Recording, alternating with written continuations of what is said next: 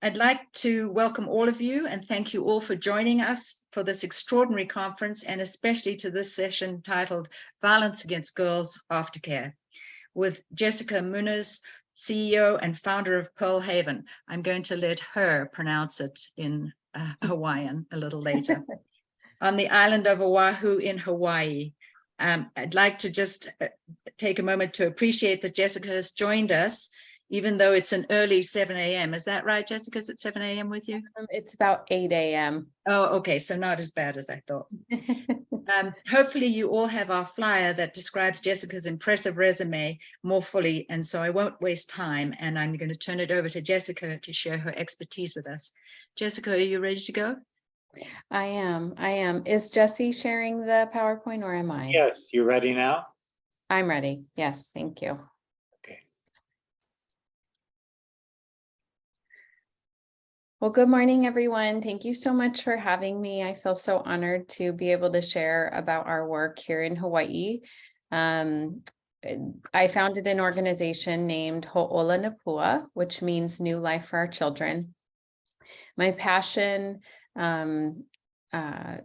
started 14 years ago. I'm actually a clinical nurse practitioner, and I started seeing our local youth here in Hawaii come into the emergency room, and we weren't recognizing them as victims. Instead, we were labeling them as truants, delinquents, runaways, substance users. And when I would call law enforcement or I would call social service, there would be very little response. And at the time, we were arresting 11 and 12-year-old little girls for prostitution. And so, this was in a time when it was very new. There wasn't a lot of conversation about American children being bought and sold. I've worked across the world. I've worked in Africa, Cambodia, Thailand, Mexico around this issue. And, it has been amazing to me how challenging it's been to help people understand this issue. And it impacts communities across our country, and hundreds and thousands of kids are trafficked every year.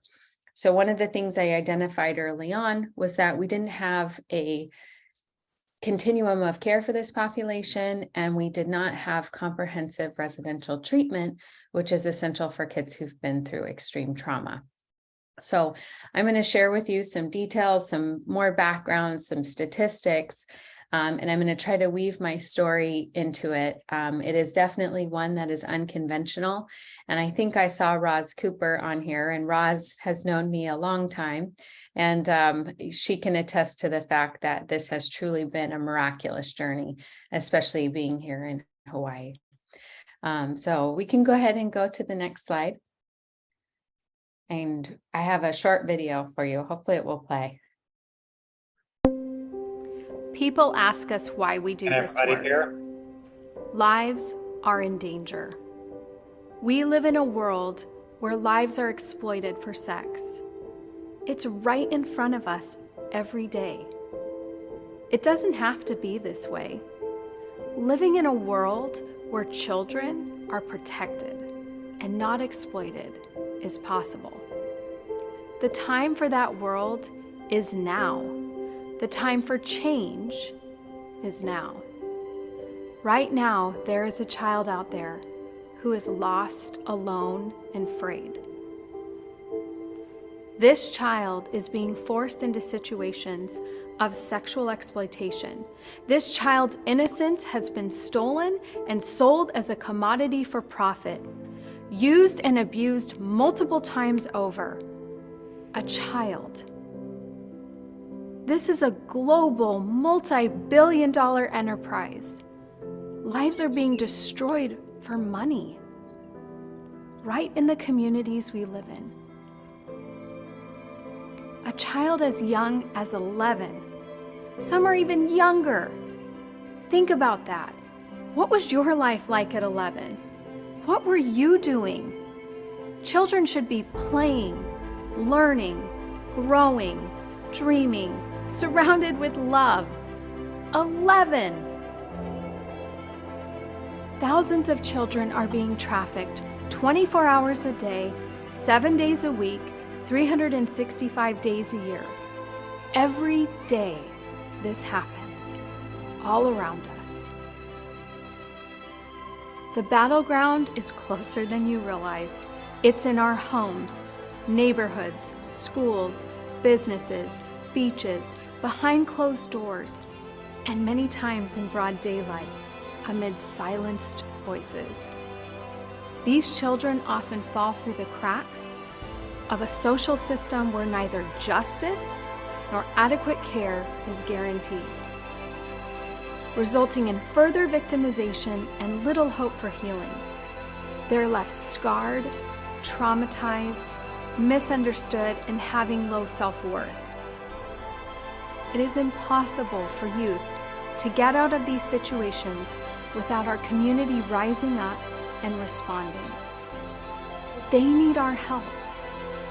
Exploitation thrives in the darkness, and it breeds secrecy and shame. And the more we raise the conversation, the greater our impact will be. By decreasing the stigma surrounding the issue, more children will find freedom and healing. This is our mission at Ho'olanapua. This mission is urgent. Response is essential. All it takes is a spark of light. A spark of light will create a chain reaction. Ho'olanapua is on the front line of this battle to protect our children and transform our communities so that these children can embrace their bright futures. We are giving them hope. We are giving them life. Every day we shine a light into this darkness with a fierce commitment to building a world where children are safe and protected, where they can be free to run, play, learn, grow, and thrive into their full potential. Change is happening. We are pioneering this change with vision, compassion, and courage.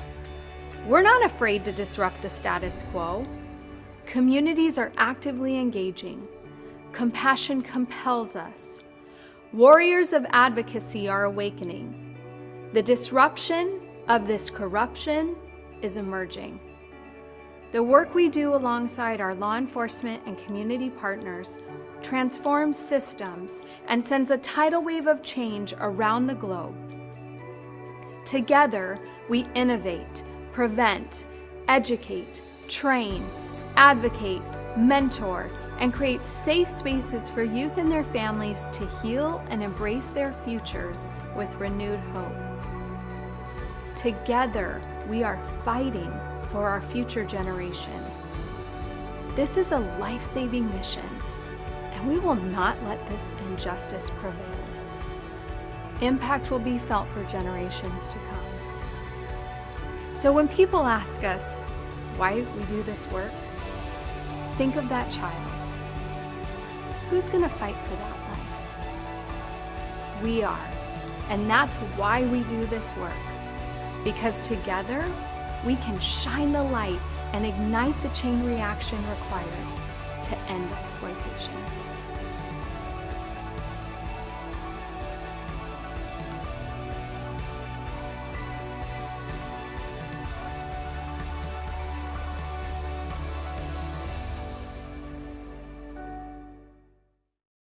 So that's why we do this work. We are committed to creating a community where every child has access to a bright future. And someone messaged me in the chat, and I want to make sure that everyone knows that this does happen to boys as well, and that we actually serve boys in our community-based programs. We don't have them in residential care, and that's definitely a big need across the country is residential care for boys. But we do work with them on an outpatient community-based platform. Go ahead and go to the next slide. So we are committed to the prevention of sex trafficking and providing care for children who've been exploited. As the video shared, we were founded to shine the light on sex trafficking and drive a systemic shift. We built some of the first programming that existed in the state of Hawaii around this issue, and we have essentially helped take the state of Hawaii from a place of not knowing that our local children were being exploited to a place where we have a more solid continuum of care. People are screening for this, and we are recognizing it more often. We've done a lot of work with our social service and law enforcement partners to really educate them on how to intervene, how to respond. But one of the big things that we found is that, there's still just this misunderstanding of what it is. And so we worked with ASU and we did some studies on trafficking in Hawaii and some of the risk factors and vulnerabilities, which are pretty similar to studies that have been done across the country, especially among Native populations. Go ahead and go to slide 6. Go ahead. Yeah, there we go. So we found through some of our research that the average age of first exploitation in Hawaii is 11 years old. The rest of the country is 14. When we partnered with ASU, we did a study that looked at demand, and it actually showed that there's quite a significant demand in Hawaii for kids. We found that 1 in 11 men are looking to buy sex every single day in the state of Hawaii. So in other places like Phoenix and LA and Seattle, it's like 1 in 40, 1 in 50. And so we have a big demand, which, as we know, demand drives the need for a market, which is why kids are sold. We found that in one of our first studies that 75% were female, 13% reported being male. Now we know that boys tend to not disclose sex abuse, let alone being trafficked. 3 out of 4 knew their trafficker was a family friend or a boyfriend. 69% of these youth experience homelessness, and 1 out of 3 reported technology as being part of their experience. So much of this happens online. So who's vulnerable? I always tell people it's really anyone, any child is vulnerable. Kids who run away, kids who've been involved in the juvenile justice or child welfare systems, youth who've had a history of sexual abuse, drug addiction, but really it's looking for love and belonging and attachment. That makes you at risk to end up in messed up, very toxic relationships. There is a significant number of LGBTQ and BIPOC youth who are trafficked, and also Indigenous and Native youth. We find that definitely true here in Hawaii with our population. Go ahead to the next slide. So what is CSEC? It's the commercial sexual exploitation of children. It's the sexual activity involving a child in exchange for something of value or promise thereof to the child or another person. The child's treated as a commercial sexual object, and it's a form of violence against children. When I first started 14 years ago, it was not labeled as a form of child abuse. And so now that has changed, thank God. But it was not labeled in that way. And so anything of value, go ahead to the next slide. Anything of value could be drugs, it could be gambling debt, it could be food, it could be anything. It doesn't have to just be money. Kids are exploited through prostitution, escort services, pornography, mail order brides, early marriage, strip clubs, massage parlors. There's so many different avenues where kids can be exploited and trafficked through. And so, there's the trafficking pathways for exploitation. Oftentimes, we think of the movie Taken, right? Where somebody kidnaps the child and puts them in the van with the ropes and, they're caged in. That's very rare. That's actually less than 10% of trafficking cases. The majority of them are through a recruiting process. And that could be somebody who is a boyfriend, or we call them a Romeo pimp. Sometimes kids will be out on the run and they're forced into situations to put their body up for trade so they have a place to sleep and something to eat. People call that survival sex. I call that exploitation, because any adult who's willing to exploit a child in their time of need, There's no such thing in my mind as survival sex. You can have relatives, family. A lot of the youth I've worked with, their first exploitation was with their parents. 63% of kids in the state of Hawaii have first been exploited by their family. So it's pretty crazy. And then you do have guerrilla pimping and gangs. It's okay, you can go to the next one. Guerrilla pimping and gangs, and that's the violent, aggressive kidnapping that can happen. And so that does still happen. I don't want anyone to think it doesn't, but it is not the most prominent form. And so I always tell people the cage around the psyche is so much greater than the cage around the body. And so if these individuals can get in and manipulate a young girl's mindset and a young boy's mindset in their time of need, they create these unhealthy attachments and bonds. So as we walked through COVID, which I think we can all agree has been never ending, the traffickers kept working and they did not shut down. And in fact, they increased in their business. So the FBI had issued warning to parents that, and educators and caregivers, that obviously it was still happening. And because all of our kids were online so much for school, the amount of cyber tip reporting for online exploitation, in 2020, they had over 4 million reports, and normally it's around 1.5 to 2 million. So it definitely doubled. Go ahead to the next slide.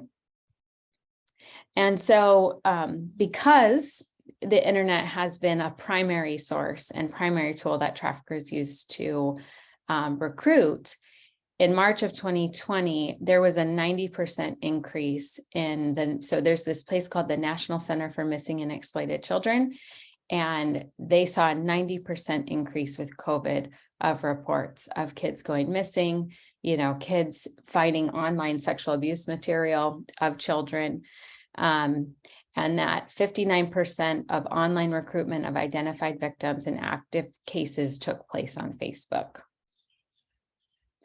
Go ahead to the next one. So I don't know how many of you are familiar with ACEs, but ACEs are adverse childhood experience studies. And it was a big study put out by Kaiser Hospital System. And they surveyed over 17,000 participants, and these were adults. And they were looking at how does adverse childhood effects like sexual abuse, like violence, how does this affect people in the future and in their future lives? Go ahead. So we see the impact of trauma and these adverse childhood experience, and hopefully you're able to read this slide, but it has negative lasting effects on health and well-being. So you can see that when you have 4 or more ACEs, the chance of getting lung disease, the chance of suicide increases, the chance of developing depression, drug use, having liver disease. And so when they were looking at ACEs, some of those included abuses, neglect, household challenges. And so the more ACEs, the higher ACE score that you had, the higher likelihood of having some of these long-term diseases or mental health diseases like depression, wanting to commit suicide. So toxic stress damages the structure and function of a child's brain. So they're 3 times more likely to have experienced physical or emotional abuse. And that sexual abuse is the #1 indicator of sex trafficking vulnerability. It's 2 times higher for girls and it's 8 times higher for boys.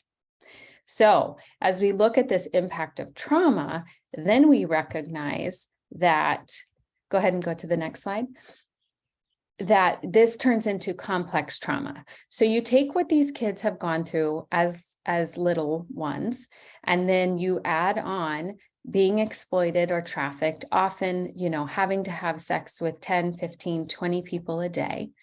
And not only is it sex, but it's exposure to violence and survival and being on the street and guns and those things. And so what does that do? It derails them from a bright future. Go ahead to the next slide. So what we've seen, the impact of sexual exploitation on mental health, is that victims of sex trafficking have the highest rates of ACEs above the general population of youth, and offending youth, making them particularly vulnerable to re-victimization throughout their adulthood and in most need of psychological services. So they have a lot of different symptoms that go with that. So how we've approached addressing trafficking in our state is what we call the continuum of care, and this is our pathway to a bright future. So we look at prevention and community awareness, and then building resiliency through our HOKU groups, treatment through Pearl Haven, reintegration through Starfish, care coordination, and then working with them on empowerment and sustainability, which honestly is a lifelong process.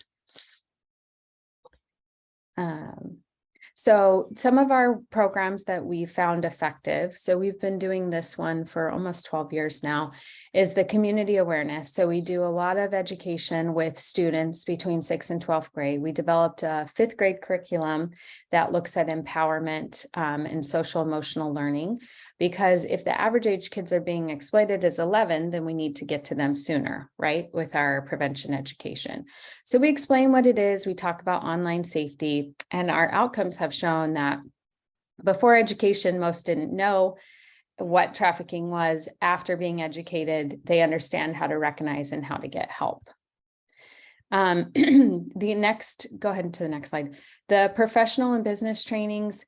We've done tons of work with Rotary and different businesses and sharing about the issue, how to help people get involved, but also, we've done a lot of work around just building up our survivors and our professionals such as social workers and law enforcement, so that they understand a trauma-informed response, so that we can actually help bring healing and not re-traumatize kids going through this system.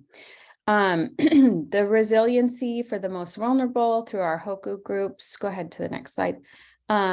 We do a lot of group activities in multiple youth facilities, incarceration settings, community settings, and really through this, we've had girls identify, boys identify being victims, and so then we work on getting them into placement. We have a comprehensive, intensive one-to-one mentoring program called Starfish. That's on the next slide. And so this has been a really key program that we've offered. Most of these kids are in foster care. And so these youth who go to Pearl Haven, they have a mentor, but kids who are still in the community who have either been high risk for being exploited or have been exploited, we work with them to build healthy connection, relationship, and trust. And the outcomes have led to kids becoming more stable and actually ending up going to college and moving on to have successful lives. So this is our treatment program. This is called Pearl Haven. It was an absolute miracle how this came about. We were able to find this amazing piece of property with a 24,000 square foot facility that was dilapidated, that we turned into a comprehensive treatment center. It's 32 beds, which is actually quite large for this population. And so nationally, there's less than 600 treatment beds in all of the United States for children who've been trafficked. So 600, there's 100,000 children trafficked every year. So we actually take placement of youth, girls, this is a gender specific program, into Pearl Haven from across the country. We have girls from Texas, we have girls from California, we have our Hawaii girls, we have girls from Washington. So we negotiate with states case by case, but the reality is that there's so few placements. And over the last 2 years, we've seen tremendous success with our programming, which is all based in trust-based relational intervention and dealing with the core roots of trauma, not just treating symptoms and putting on Band-Aids. So on the next slide, a lot of people don't understand why this kind of setting is so important. These kids suffer such severe trauma that they need this level of intervention. They've had so much brainwashing, and for many of them, they've never really experienced a childhood that didn't have abuse in it. And so without this kind of placement option for youth, They have more placement disruptions, worse educational outcomes, an increased level of admission to emergency care, and higher costs for society. So they did a longitudinal study that showed that when kids don't have access to this level of care, it's almost $10 million per child of societal costs over their lifespan. And so it's a lot. It's a lot. I just wanted to show you guys how amazing this transformation was. So you can just scroll through. So we started these renovations. This is what I walked into. And then we transformed it. Keep going. We transformed it into this amazing home, but it's like got the same level of licensing as a small behavioral health hospital. And so in January of 2021, you can see looks very different, very homey, very safe. And that's our commercial kitchen. We have a teaching kitchen. We offer culinary arts. We have education on site. Everything is provided for these youth right here in the program. You can keep going. So as I said, these kids don't have to be confirmed trafficked. They just have to have a history of complex trauma, sexual abuse. And a lot of times the disclosure happens once they feel safe in a treatment program. So we've had youth who've been in 30 plus placements who have not stayed anywhere, who have now been at Pearl Haven for a year. So they spend 12 to 18 months with us. So as I mentioned, trust-based relational intervention is really attachment focused. And so we do a lot of empowering principles, connecting principles, and correcting principles. So it's not a shame-based program. It's not a behavioral modification program. It's about bringing healing to body, mind, spirit, and emotion through creating healthy connection and co-regulation. Go ahead to the next. So we offer individual therapy, family therapy, group therapy. You can keep going. And so we have an equine program, we have horses, we have goats, we have all sorts of things to offer these kids. And so ultimately, we want to make sure that their healthy attachments are healthy and that we have empowered them to create those healthy connections. Go ahead. I do want you guys to see this short video. I think it's worth the time to watch it. I think that without Pearl Haven, honestly, I don't think I would be alive. I was going down a really hard path, really fast. I didn't care what people thought. I did what I did. And I did it proud. I think that kids should go to school and have fun at recess and be able to come home and do their homework and go outside and play and not have to worry about, is mom and dad okay? Why are we sitting on the side of the street asking people for money? The biggest experience that I will take would probably be all of the communication skills. I came here, I didn't want to help, and I had Miss Andy, and she'd sit me down and she'd be like, Billy, you can do it if you put your mind to it. And it was like, why is this woman trying to help me? I don't want the help, like just give up. Now we're 8 months deep and she's looking at me, she's like, I told you, you can do it. It just puts a really big smile on my face because I did have that person that didn't give up. I got voted vice president, and we've succeeded in a lot of things. I just finished my last couple of tests for school, so I'll be done with school.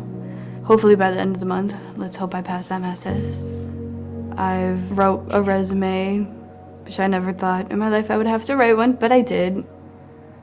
My next 5 years, I will be getting into my independent living, starting my first legal job, starting to get my degree in teaching.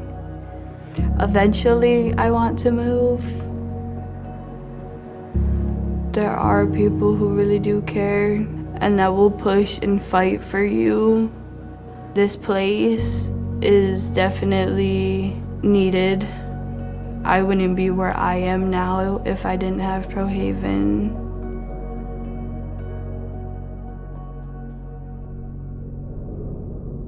So this youth she turned 18 and she graduated from Pearl Haven. She was a kid who came in completely shut down and left completely thriving. And we're still working with her now as she's transitioning in young adulthood. She got a job. She's living on her own. And she spent the majority of her life homeless. And so just truly, truly phenomenal. So it is just crazy. But I just from a community standpoint, I really have such tremendous respect for Rotarians and the approach to community change that you all embrace. And so when we look at how do you create a trauma-informed system of care in your community, it starts with individuals, right? And then it has to go to systems. And so not only do you need like individuals and families and direct service organizations and your government agencies and coalitions, but it really has to extend community-wide. And then we have to make sure that those who've been victimized by all sorts of different violence and crimes have access to programming that really addresses their unique needs and promotes resilience. And so it's not just housing people, it's not just getting them a job, it is also ensuring that they have access to the mental health care and the therapeutic interventions that they need. Because we can provide people housing all day long, but if we aren't actually addressing their needs, it's really that's why we have such a significant homeless and houseless challenge that we see emerging across this country. Is it's not just housing people, it is literally their trauma has generated and left them into this place. And so you've got to be able to put them into the right treatment in order for them to be able to process that and be able to move forward in their life. This is something that I always say, and this is something I always have appreciated about Rotary, as you guys have embraced, making sure that you shine the light around this issue, is that exploitation and abuse thrives in the darkness and it breeds secrecy and shame. And the more that we come together and raise the level of the conversation, we can decrease the stigma, right? And you guys work on with native populations on reservations, and it's the stigma and the shame that keep our youth in bondage and keep them in this horrible situation. So how can you get involved? One, you should find out what people are doing in your communities. And if there isn't a lot going on, you should try to start something, try to motivate, try to get people to, get engaged. I mean, I started literally one conversation at a time. If you're in Hawaii or you come to visit Hawaii, you can volunteer with us. I know that there's other mentoring programs around across the country. Mentoring is probably one of the most powerful things we can do for kids. The Harvard School of Child Development has said that kids who have a strong mentor, we need to be able to, it provides some of the greatest resiliency for kids because they just need that one healthy relationship that they can attach to. Spread awareness to what you've learned to your family, friends, and colleagues, and research and find organizations that support the empowerment and advocacy of girls. So any questions for me? Jessica, we're going to have lots of questions. I know, sorry, I was just trying to move through that. It was a lot of information. No. You did a fantastic job. And thank you so much. It was absolutely excellent. I'm sure that everybody will agree with me that it brought tears to our eyes to have so many details given to us that we were unaware of. Somebody did ask if you might know what the percentage of homeless and addicted people who were exploited as children might be, if there's any statistics. Yeah, so it's around 72%. That's what the DHS studies have shown. And we've also seen that within 48 hours of a youth being on the run, about 70% of them will be approached for sex services, and 30% of them will end up in situations of exploitation, especially for girls.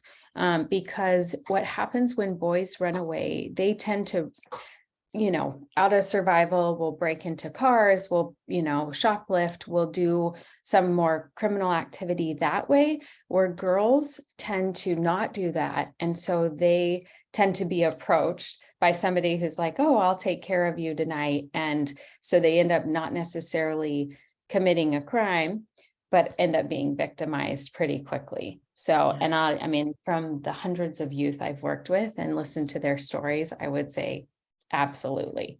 That's, a lot of their first time running away from home was, they ended up in the arms of an abuser. Oh, that is so sad, so sad.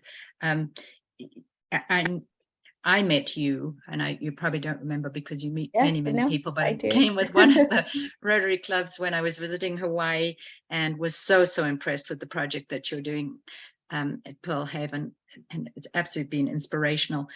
And I'm excited that maybe our Rotary clubs can help you or help this problem with projects and things like that. Mm-hmm. So I wondered if you talk about spreading awareness, and I wondered, how do you spread awareness, and how could we perhaps take what you use and incorporate it into our community? So the first thing I always share with people is, now that you've heard, think of the 10 or 15 people you know in your life. I mean, some of you probably know hundreds of people in your life. Roz, I know you know thousands. And so you take what you've learned and you start telling everyone that you know, your family, your friends, because you'd be surprised like how many people really don't understand that this issue exists. Mm-hmm. When I first started, I spent almost 7 to 9 times talking to an individual as I was, cultivating donations and building resource and capacity before they made a financial gift to support this work. So that just shows the level of just not awareness to it. And I guarantee you that if you started by asking someone, so do you know that human trafficking exists? They would say, of course. It happens in Cambodia and Thailand and Korea, but most people do not realize that it happens to our American youth. And I think with all of the work being done on the Indigenous and missing girls and some of the documentaries that have come out, it has been good, but I don't know if you have noticed that a lot of it doesn't speak to trafficking and exploitation. And I can tell you that's what's happening to these women and these girls when they're going missing, is there is a component of exploitation because it makes money. And that's the bottom line. I think the other thing too is in your community is going to your city governments and to your state governments and encouraging them to make this a priority. The money shows where there's priority. And I can't name a community across this country where I see government saying this is a priority. The protection of our children, prevention of them ending up in this is a priority. And so that takes the voice of the voters saying that. Does. And most of our legislators, most of our city council people don't even know that this is happening. And so they need to be educated. And we need to get this prevention education as part of school. It needs to be in school. It needs to be talked about by teachers. We started a prevention program. We go into schools, but that takes invitation, right? But it's not built into the process of mandating education on this. And if we're going to allow children to have these, which 90% of kids in America by the age of 9 have a smartphone, and we're not teaching them how to use these, and school is not educating them on the dangers of social media, we're shooting ourselves in the foot, because the perpetrator is no longer the white van with the scary guy. The perpetrator has entered your home. It's on this. And I think that's the reality of the world that we're living in. And yet those who are supposed to be protecting children aren't really aware of that. Mm-hmm. So I would say that. And then, again, we do a lot of national work. I have states across the country calling me about Pearl Haven because we need more of these programs. And so what we're hoping to do is take the model that we've developed and give it and say, hey, let's replicate it and get more of these places, because youth need access to this. I mean, look at what has happened over generations. They don't stay in placement, the short-term shelters. We can't, locking up girls has proven to not be beneficial.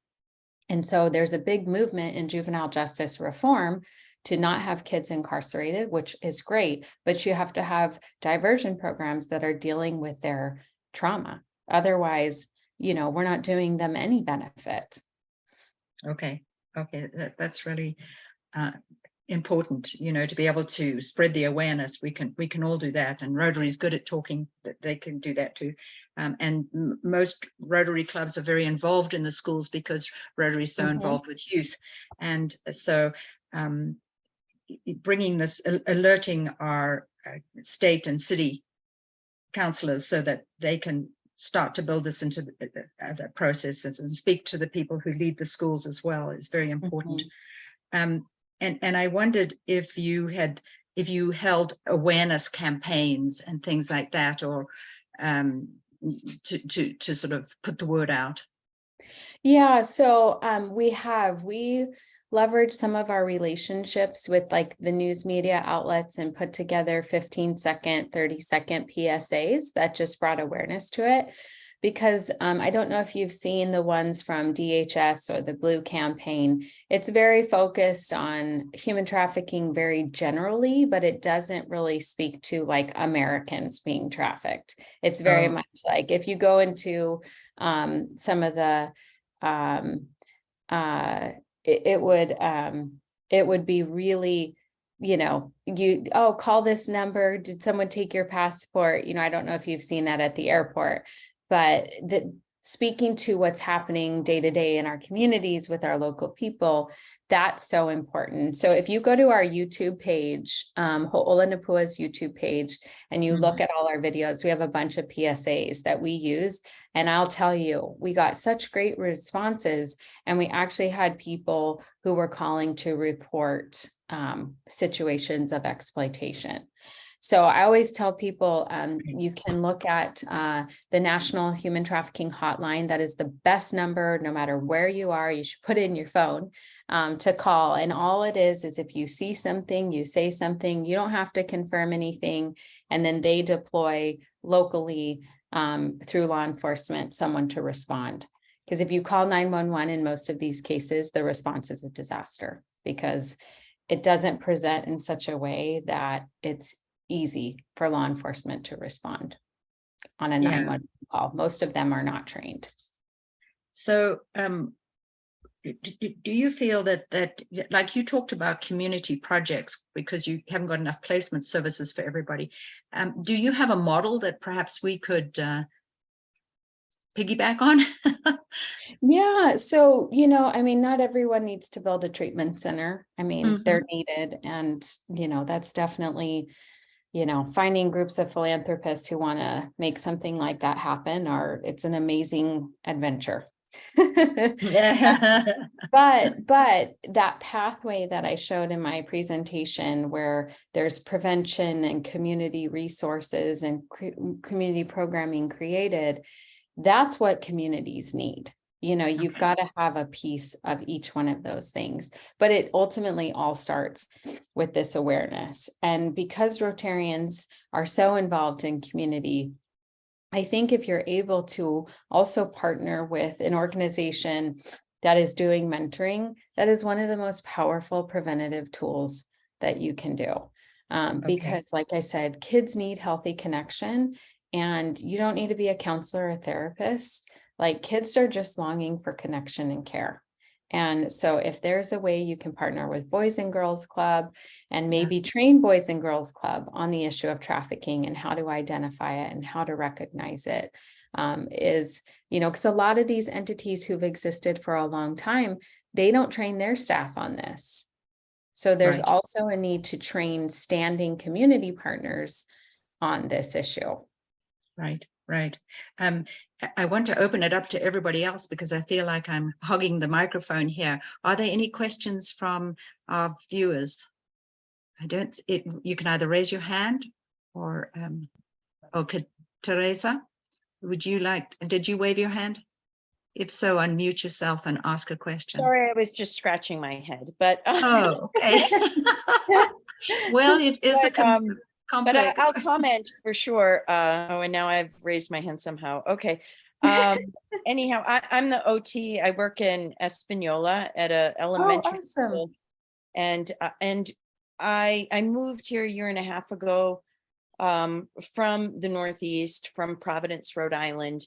And OT is a new career for me, but I knew I specifically wanted to work in problem areas with kids. And so I think I come at it from a different perspective and viewpoint.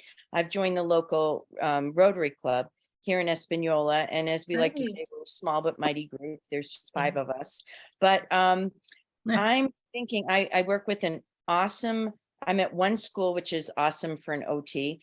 And the principal is awesome. And so she's very open to these kinds of things. And what I'm also kind of hoping to do, because I don't know, advocacy is just sort of in my blood. And I would like to, and so I will contact you, Jessica, later, but I would love to do a presentation for the school board. There's all kinds of meetings that the school board has that, because of course my principal would definitely do this in our school, but I want to get it into other schools. And we have such a population of drug abuse and broken homes and foster kids in foster cares. And they, and they're here and they're in the school system and we're asking them to function.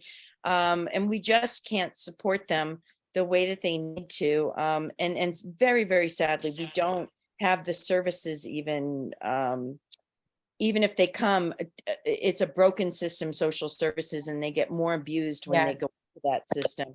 And that's what we're finding. So I'm not sure where to send them, but at least I like some of your ideas about the mentoring and Boys and Girls Club. And so I'll have ongoing. Just shoot me an email and we can chat further. Right. For And sure.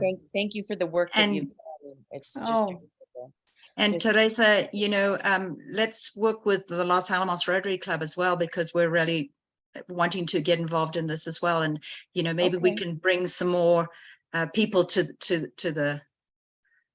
the community. And so let's stay in touch with that. Okay, super. All right, There's Allison. also email in the chat, please. Okay, I will. Also, for anyone interested on here, there's an organization called Shared Hope International, and they do a lot with policy. They give every state a report card on how they're doing addressing child sex trafficking. And they have a conference in DC called the Just Conference. And I think it's in November.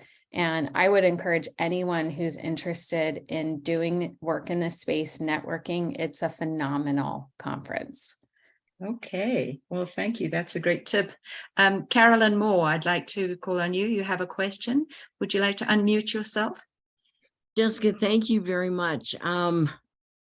This is astounding information. So our Rotary Club, Rotary Club of Santa Fe, we are just now embarking on a centennial project for the club.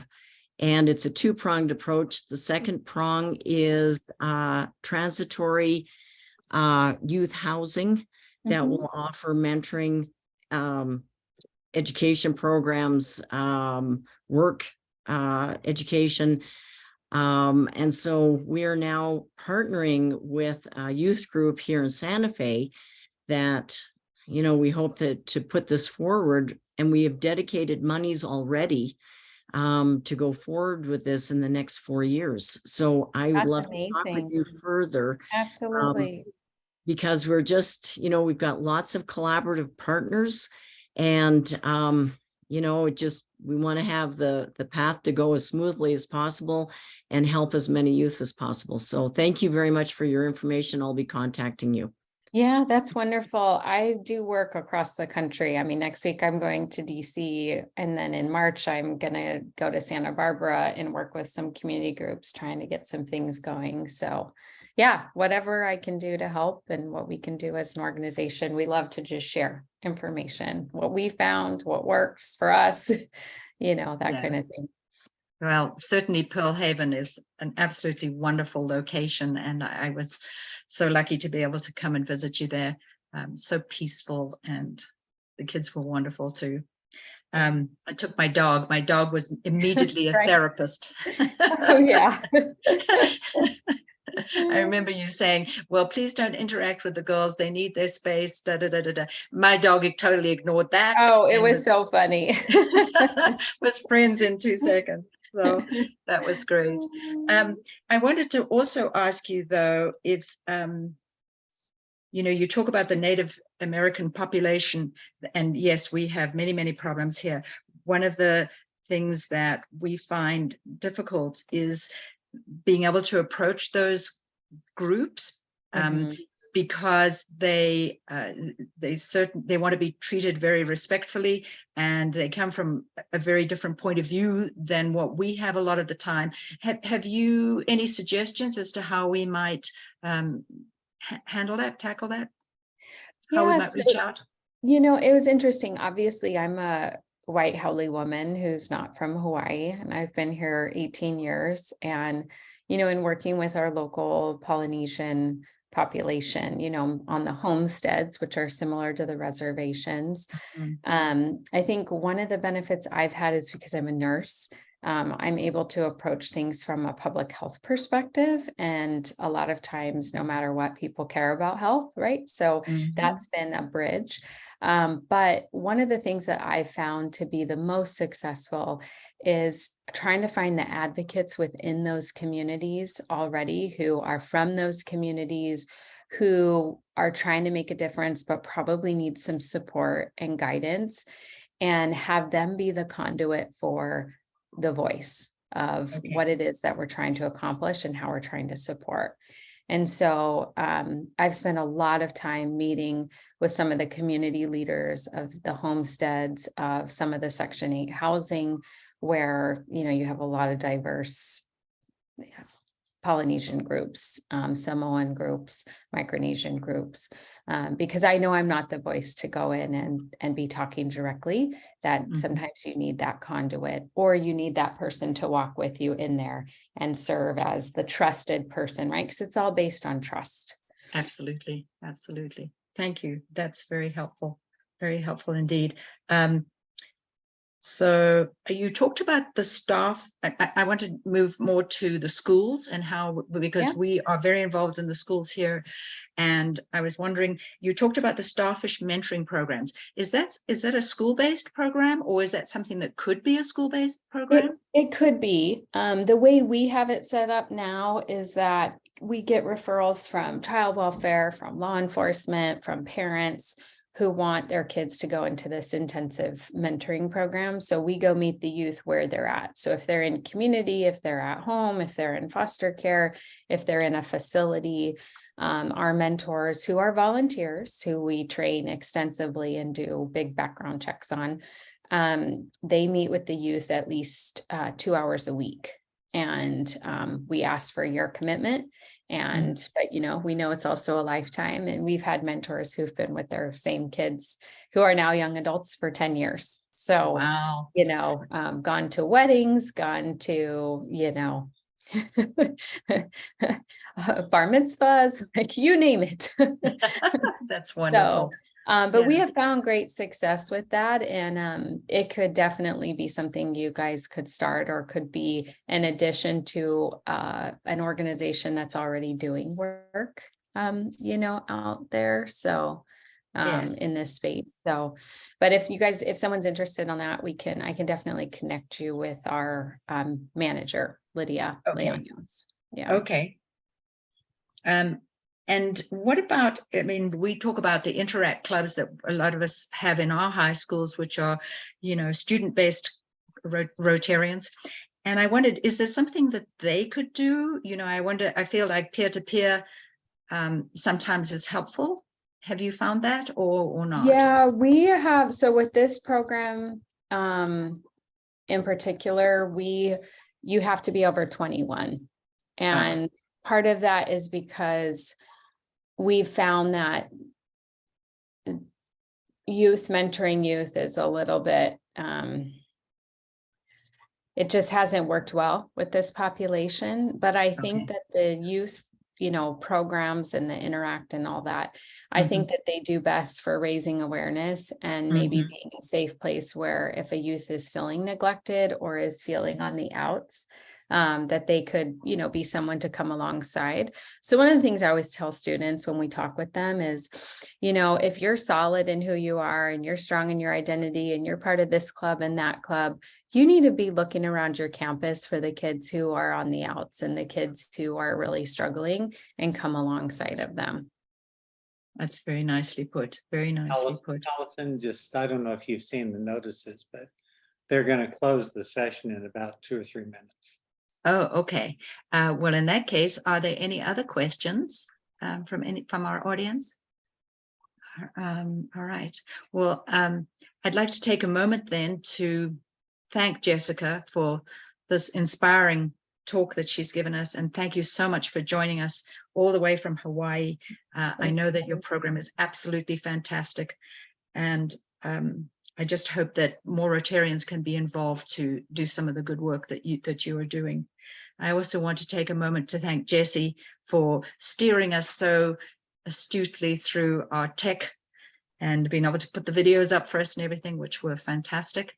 And then I want to thank everybody in the audience for attending, because this is awareness and we need to get the word out.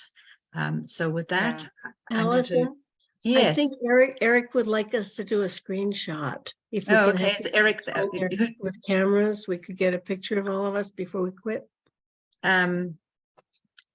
don't ask me, but Jessie, is that something you could do? Yeah, I could do that. I'm gonna